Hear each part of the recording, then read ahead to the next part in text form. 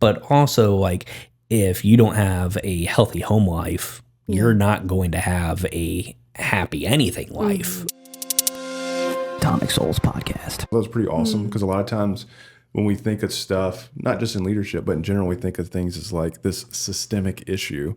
And I remember Jordan Peterson had done a speech on this a while back about focus on being just a better you and having a better household. And if we all focus on that, by default, society becomes better. Completely agree. And I agree with that wholeheartedly as well. I thought it was really cool that you put that in there. I'd be curious to hear more from you on that particular topic. Yeah, I mean, you said so much of what I would have said.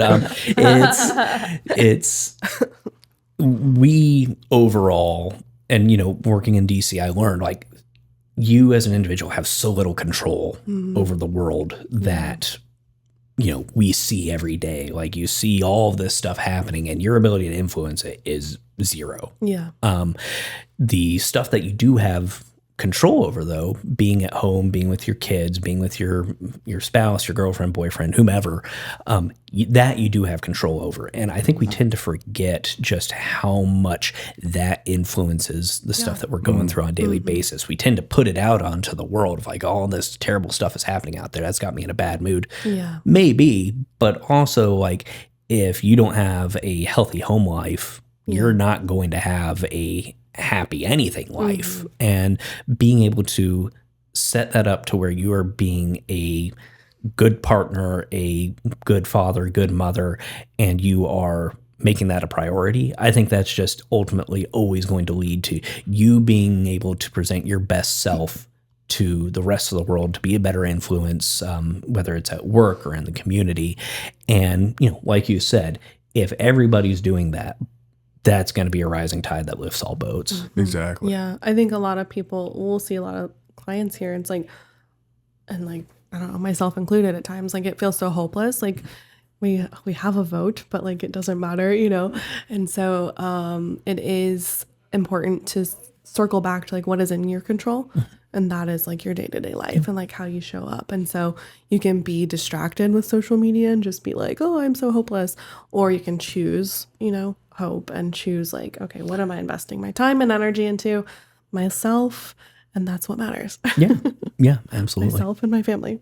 Yeah. I mean, for us, if I spend too much time on the internet, I'm like, man, our life sucks. But if I just turn my phone off and I focus inward, I'm like, our life's pretty freaking great. Like, no matter what's going on in DC and what's going on overseas, our life doesn't change much. Like, I'm still going to go to work. I'm still going to come home. We're going to play with my kid. We're going to go out to eat a couple of times a week. Like, it doesn't change much for me. And so if I just quit listening to it, life's pretty great. Yeah. I've been listening to a lot more lately. But it's actually been helping me be more focused on like what we have and like, like what's going on day to day, and being more excited to like have influence in my own circle, because it does feel so helpless right now with everything going on, that I'm like, all right, like I can see the change in like my immediate family. I can see the change in my staff. I can see the change in my friends. And so like just having influence where I can has been helpful. Absolutely. Because even like, right now in the world, it feels very chaotic and like, what is happening? I think we don't always realize how much influence we have too. Like the little group that we do on Wednesday mornings and stuff. Like you probably don't think about it much, but like there's a couple things that you had said the other morning that I went home and thought about that like all day long. He'll tell me, he's like, this is what we talked about this week. Yeah. Because you talked about, kind of like the identity crisis of like having spent time in DC and coming back and then being a dad and like who am I anymore? It's like, dude, that's what I deal with on a daily basis. Like, who am I? And then like we have one of our businesses, the marketing agency. I had like a massive identity crisis when huge. Yeah, I hated that. He was like sitting around like, what do I do? Playing video games for like a week straight. I was like, what are you doing? Yeah, we had. So I was managing partner there, and we swapped it up, and I handed the reins off to Joel, who's doing a phenomenal job, way better than I ever did. But I had like nothing to do anymore. Like it was still my company, but I didn't do anything. And coming from a very, middle class, blue collar background, if I'm not contributing, then I'm a loser. Like that's just that's the way I was raised. Like you have to contribute something. And so that was big for me. It's like, who am I without occupation? Yeah. That shouldn't be the way it is, right? Like there should be something of you other than occupation. So anyway, yeah, you had talked about it the other day, and I think, as a testament to a sphere of influence, like you and I barely know each other at that point, and I thought about that for the rest of the day. Yeah, I mean, that does open it up of where it's like, that's something I was just like spitting off the cuff of just like that was just how I was feeling that morning of just like going in of like coming from dropping off daycare, and I am consistently 15 minutes late because daycare drop off is at the exact same time that leadership meeting starts. So I'm just coming in of like, I'm trying to balance all this. I'm trying to be a leader. I'm trying to be a dad. Also, I've got to get to work, and sometimes just that's the feeling that comes out, and being able to say that honestly, having a space to say it, because I think that is something of where a lot of us struggle, of where we don't have the opportunity to say what's really on our minds in a lot of situations. And just knowing that like through that honesty, that activated something for you, which, then, through its ripple effects of like leads to us having a conversation that leads to me being here. Like, and you're here because of that statement. Yeah.